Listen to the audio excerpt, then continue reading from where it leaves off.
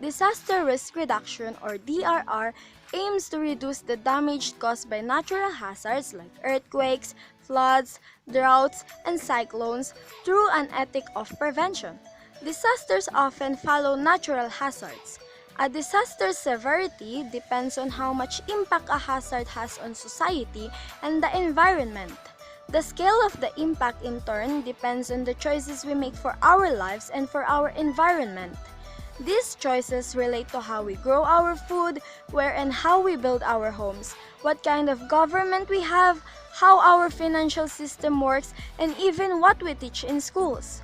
Each decision and action makes us more vulnerable to disasters or more resilient to them.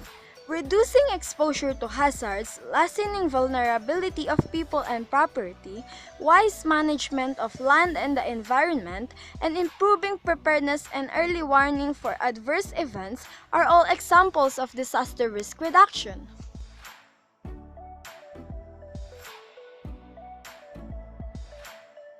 Fire is one of the most destructive disasters of all time. It can happen at forests, community, and even at seas. Fire disasters happen because of the unconsciousness of people. Fire accidents can take lives and valuables. Fire accident in our country is only a common event to us. Fire accidents happens due to the lackness of disaster preparedness.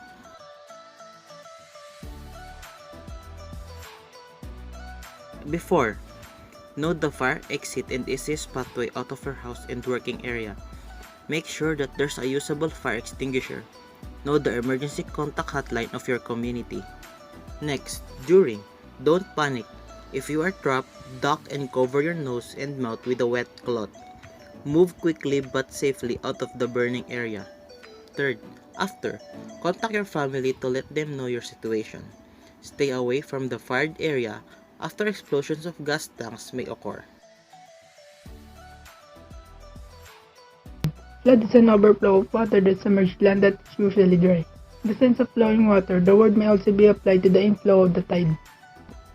Some examples of causing floods: heavy rains, overflowing rivers, broken dams, urban drainage basins, storm surges and tsunamis, channels with steep sides, a lack of vegetation, melting snow and ice.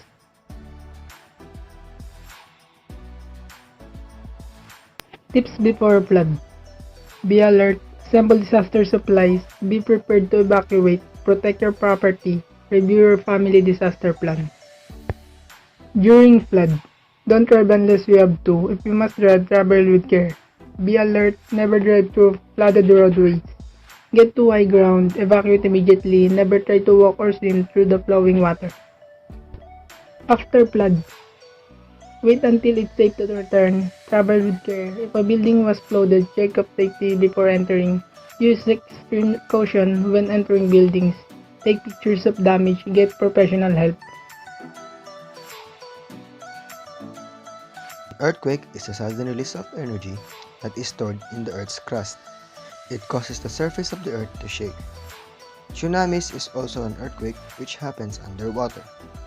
Earthquake occurs due to the movement of the tectonic plates.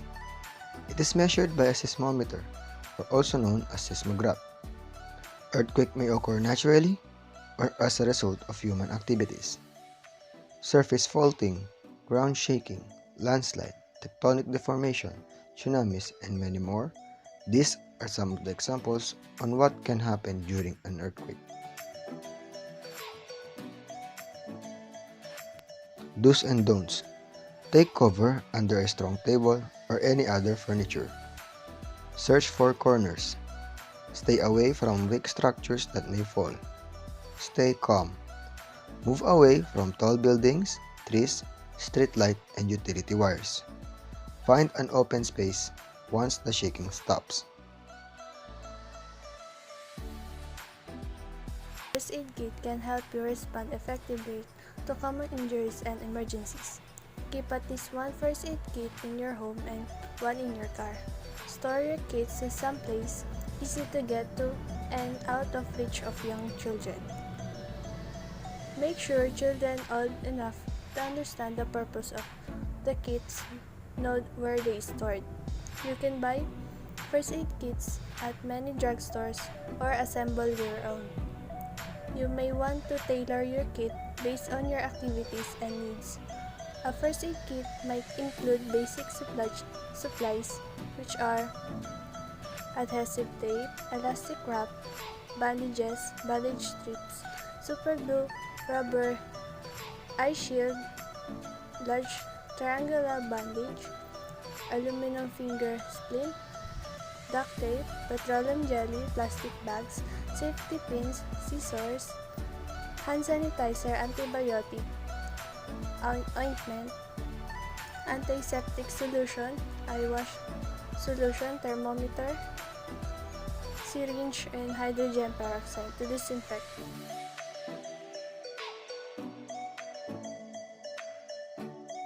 In case of emergency or evacuation, there are things you must always bring with you, but only focus on essentials. These are ready-to-eat foods such as canned goods, water, first aid kit, including your medicine, clothes, and blankets. Other than that, you must also bring with you the important documents in case it will be difficult for you to come back at your house. Flashlight, whistle, and extra money. These are things must be prepared beforehand, and always put your family's safety.